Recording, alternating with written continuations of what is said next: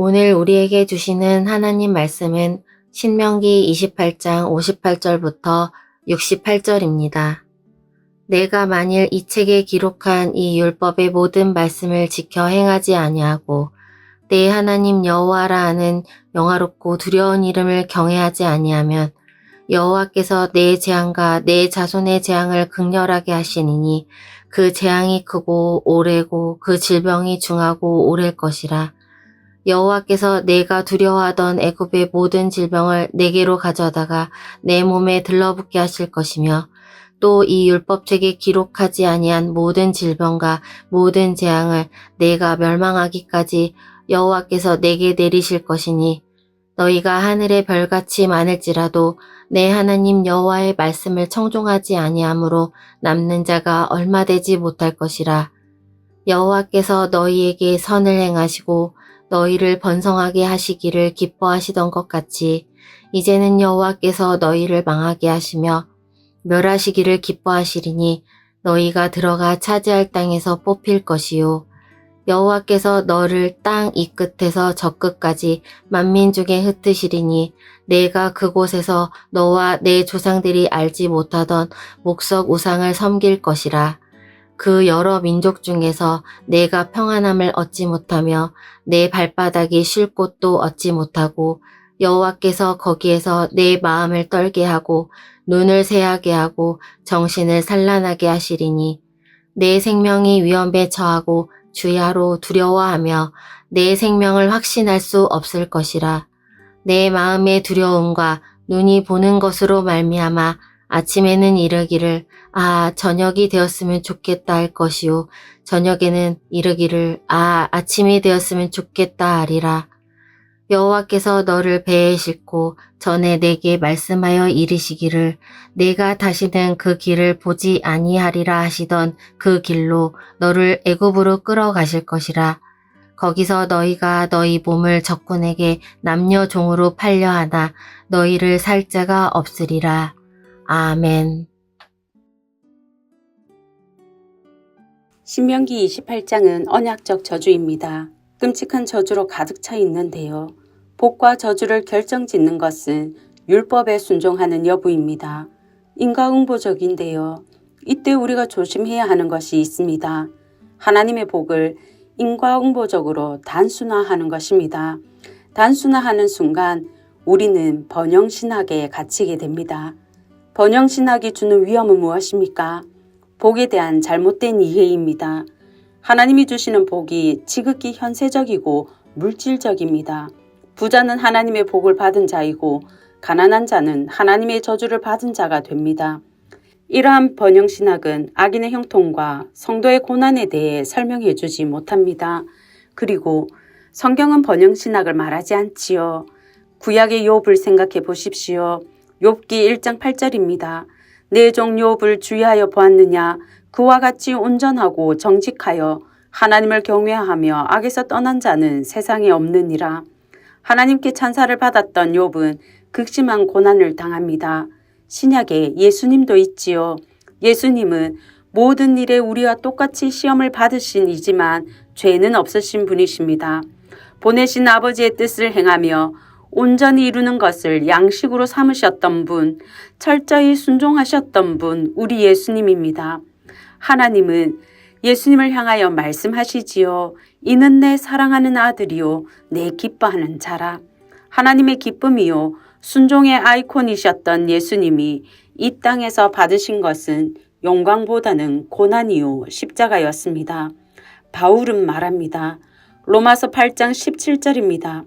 자녀이면 또한 상속자, 곧 하나님의 상속자요 그리스도와 함께한 상속자니 우리가 그와 함께 영광을 받기 위하여 고난도 함께 받아야 할 것이니라. 이처럼 성경은 순종하는 자의 축복도 말하지만 제자가 받는 고난도 말합니다. 고난은 변장한 축복이라고 하지요. 저주가 아닙니다. 순종하는 자가 받는 것이 고난일 때가 있습니다. 그러니 순종은 축복받는 비법이 아닙니다. 축복의 도구가 아닙니다. 순종은 하나님의 은혜를 입은 자의 가장 적절한 반응입니다. 그러면 성경이 말하는 복은 무엇일까요? 시편 1편 2절입니다. 오직 여호와의 율법을 즐거워하여 그의 율법을 주야로 묵상하는도다.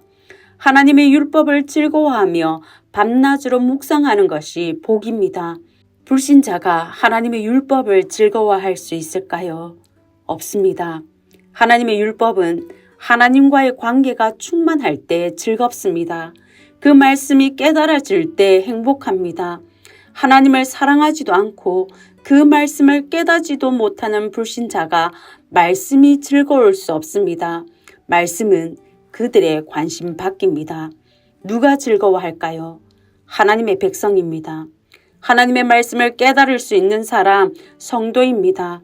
성도 여러분, 성도인 것이 복입니다. 하나님의 백성으로 선택된 것이 가장 큰 축복입니다. 이 세상에서 복과 저주를 내릴 수 있는 분은 하나님 한 분뿐인데요. 그 하나님을 소유한 사람, 하나님의 백성입니다. 하나님의 말씀을 받은 사람, 성도입니다. 언약 백성이 된 것이 가장 큰 복입니다. 그러면 하나님의 언약 백성에게 불순종과 언약적 저주에 대해서 말씀하시는 목적은 무엇일까요? 말씀을 소중히 여기라는 것입니다. 부모님들 중에서 자녀들이 내 말을 무시하는데 부모를 존경한다고 여기는 분은 아무도 안 계실 것입니다. 하나님도 마찬가지입니다. 58절입니다. 내가 만일 이 책에 기록한 이 율법의 모든 말씀을 지켜 행하지 아니하고 내 하나님 여호와라 하는 영화롭고 두려운 이름을 경외하지 아니하면, 하나님을 경외하는 것은 말씀에 순종하는 것입니다. 말씀에 불순종하는 것은 말씀을 무시하는 것이지요. 하나님의 말씀을 무시하는 것은 하나님을 경외하지 않는 것입니다. 무시하는 것입니다. 말씀을 무시하고 불순종하는 사람을 향해 하나님은 뭐라고 말씀하실까요? 사무엘상 15장 26절입니다. 사무엘이 사울에게 이르되 나는 왕과 함께 돌아가지 아니하리니 이는 왕이 여호와의 말씀을 버렸으므로 여호와께서 왕을 버려 이스라엘 왕이 되지 못하게 하셨음이니이다 하고, 하나님의 말씀을 버렸다라고 말합니다. 말씀을 버린 사람, 하나님을 버린 사람입니다. 하나님을 버린 사울은 하나님께 버림받고 왕이 되지 못했습니다. 이미 왕인데 왕이 되지 못했다는 것은 이제 더 이상 그가 왕이 아니라는 것입니다. 그의 왕위가 다윗에게로 옮겨졌습니다. 하지만 사울은 끝까지 돌이키지 않지요. 그 결과 그의 인생은 비참했습니다. 말씀을 버린 불순종의 대가는 얼마나 비참할까요? 하나님의 언약적 복이 언약적 저주로 전복됩니다. 첫 번째 전복은 보호와 번성의 복이 멸망과 흩어짐의 저주로 전복됩니다. 질병 저주는 출애굽 당시에 하나님께서 이스라엘을 구원하기 위해 애굽 전역에 질병을 내렸습니다. 모든 질병은 이스라엘 적국을 향했고 이스라엘은 철저히 보호받았습니다. 안전했습니다. 하나님의 보호의 안전망은 이스라엘이 불순종하면 거두어집니다. 애굽을 향했던 저주가 이스라엘을 향하는데요. 역사 이래 존재하지 않았던 질병까지 이스라엘이 당하게 됩니다. 질병의 목적은 백성의 멸망입니다. 멸망할 때까지 재앙이 임할 것입니다. 질병의 결과는 후손에 대한 복이 떠나는 것입니다. 62절입니다. 너희가 하늘의 별같이 많을지라도 내 하나님 여호와의 말씀을 청종하지 아니하므로 남는 자가 얼마 되지 못할 것이라.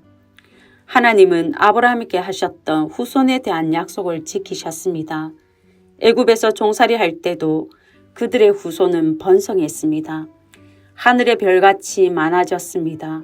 땅의 티끌처럼 바다의 모래처럼 민족이 번성하는 복은 고대 사회에서 큰 복이었는데요.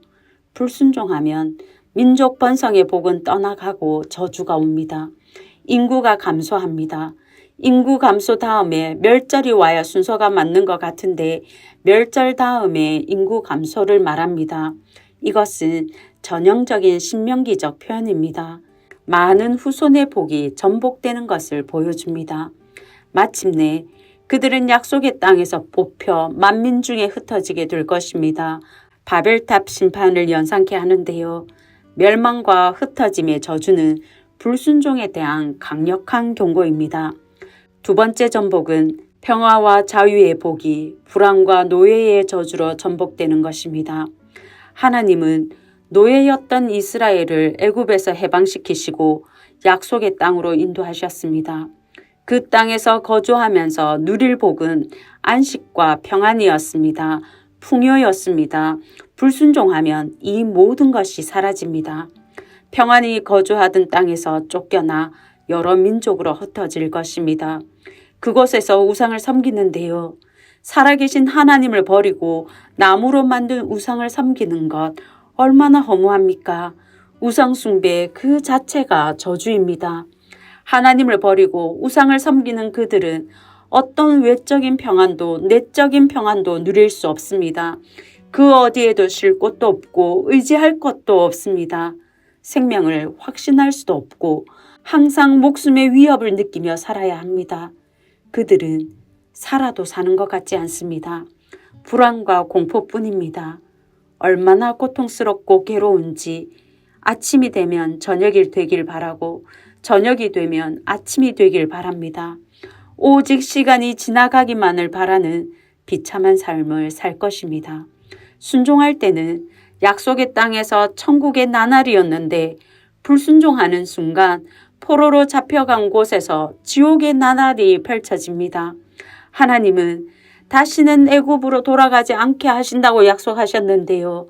불순종하면 이 애굽의 노예 상태로 돌아가게 됩니다. 억압받고 학대받던 세월로 돌아가게 되는 것입니다. 흠모의 대상이었던 이스라엘이 불순종하는 순간 노예로 팔고 싶어도 아무도 사는 사람이 없습니다. 성도 여러분, 우리는 종종 착각합니다. 당장 불순종해도 아무 일 없으니까 괜찮다고 생각합니다. 말씀과 기도 생활하지 않아도 사라집니다. 예배를 드리지 않아도 별일이 없습니다. 하와에게 결코 죽지 아니하리라 속삭였던 사단은 지금도 우리의 귀에 속삭입니다. 괜찮다고, 별일 안 생긴다고, 오히려 편하고 좋다고 속삭이는데요. 거짓말입니다. 불순종의 결과는 비참입니다. 한 번 불순종하면 영원히 하나님의 저주 아래 놓일까요? 아닙니다.